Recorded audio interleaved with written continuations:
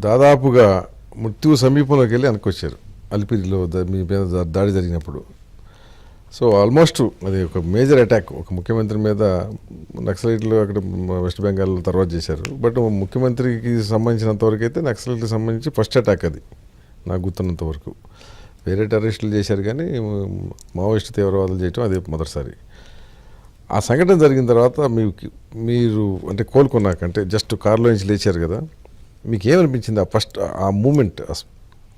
అంటే నాకు అది ఒక షాక్. మాట్లాడుకుంటూ పోతున్నాం అంటే అసలు ఏమీ తెలియని పరిస్థితి కాదు, మాట్లాడుకుంటూ పోతూ ఉంటే కారులో ఓకే కారులో మాట్లాడుకుంటూ పోతున్నాం. టకామని 2-3 ఎమ్మెల్యేలు ఉన్నారు, నేనున్నాను. మాట్లాడుకుంటూ పోతుంటే టకామని పేలింది. స్పర్ ఆఫ్ ది మూమెంట్, ఆ మూమెంట్లో జ్ఞాపకం యాక్సిడెంట్ మారిగా అనిపించింది. అది ఎక్కడ కొట్టాడు అంతే. 2 minutes మైండ్ బ్లాంక్ అయిపోయింది. అక్కడి నుంచి లేచాను. లేచిన తర్వాత నేనే స్వయంగా లేచి, అది ఒకసారి అనిపిస్తుంది అనమాట, మరి లేచి వచ్చేస్తాం. లేచిన తర్వాత నేరుగా వ్యాన్ దగ్గరికి పోయే వరకు నేనే వెళ్ళాను, నాకు తెలియకుండానే వెళ్ళా. పడుకున్న తర్వాత 5 minutes మళ్ళీ బ్లాంక్ అయిపోయా, తెలియదు నాకేం జరిగింది, తెలియదు, అన్కాన్షియస్. హాస్పిటల్కి వస్తానే ఎక్కడికి వచ్చామన్నా, హాస్పిటల్కి వచ్చామండి, నక్సలైట్స్ బ్లాస్ట్ చేశారు, బ్లాస్ట్ అయిందని అన్నారు.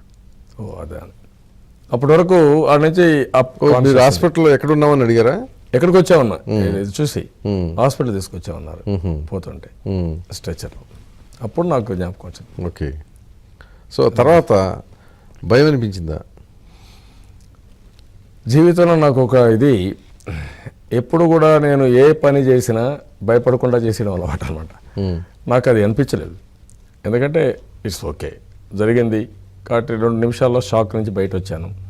అంటే నేచురల్గా ఒక మనిషికి ఒక షాక్ అబ్జర్వర్ మాదిరిగా, లేకపోతే మెంటల్ షాక్ వచ్చే అవకాశం ఉంటుంది కాబట్టి ఒక 2 నిమిషాలు మన డాక్టర్స్ అడిగాను, ఎందుకు నాకు 2 నిమిషాలు ఒక ఫ్రాక్షన్ ఆఫ్ సెకండ్స్ నాకు గుర్తులేదు, కాసేపు బ్లాంక్ అయింది. ఏంటంటే as mind will act like that అని చెప్పారు, అది ప్రవర్తిస్తుంది వారిగా అన్నారు. సరే అయిపోయింది. తర్వాత నేను ఎప్పుడూ భయపడలేదు. లైఫ్లో ఏంటంటే కొన్ని చేసినప్పుడు ఓకే నాకు ఇష్టం లేకుండా చేసామా, ఇంకోటి ఒక్కోసారి అయితే ఉదాహరణకు నేను విశాఖ ఎలక్షన్ టూర్ వెళ్ళాను. నేను అప్పుడు వ్యక్తిగతంగా మీరు ఎలా చూడండి, విలాస్ జీవితాన్ని నేను ఎప్పుడు అలవాటు పడలేదు. సీఎంగా ఉండి ఎలక్షన్లు పోతే అందరూ ఎలక్షన్లు పోతే ఎంత డబ్బులు ఖర్చు పెడతా మీరు చూస్తున్నారు. ఇప్పుడు ఫస్ట్ నేను అడిగిపోతే ఎలక్షన్ పోతున్నాను, హెలికాప్టర్ వేసపోలేం కాబట్టి ఎవడో ఒక అతను పంపిస్తే పనికని హెలికాప్టర్ ఒకటి తెప్పించుకొని, అది కూడా పెస్టిసైడ్స్ కొట్టే హెలికాప్టర్ తెప్పిస్తే ఆ హెలికాప్టర్ ఎలక్షన్ టూర్ వెళ్ళాం.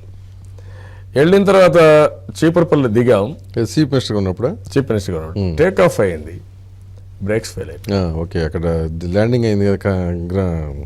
5 రౌండ్లు కొట్టి బై ఫోర్స్ తీసుకొచ్చి చెట్లను ఎయిట్ చేస్తామని ఎత్తుకొచ్చి ప్లేన్ ల్యాండ్లో పడేసాడు. ఫోర్స్ఫుల్ ల్యాండింగ్ చేశాడు.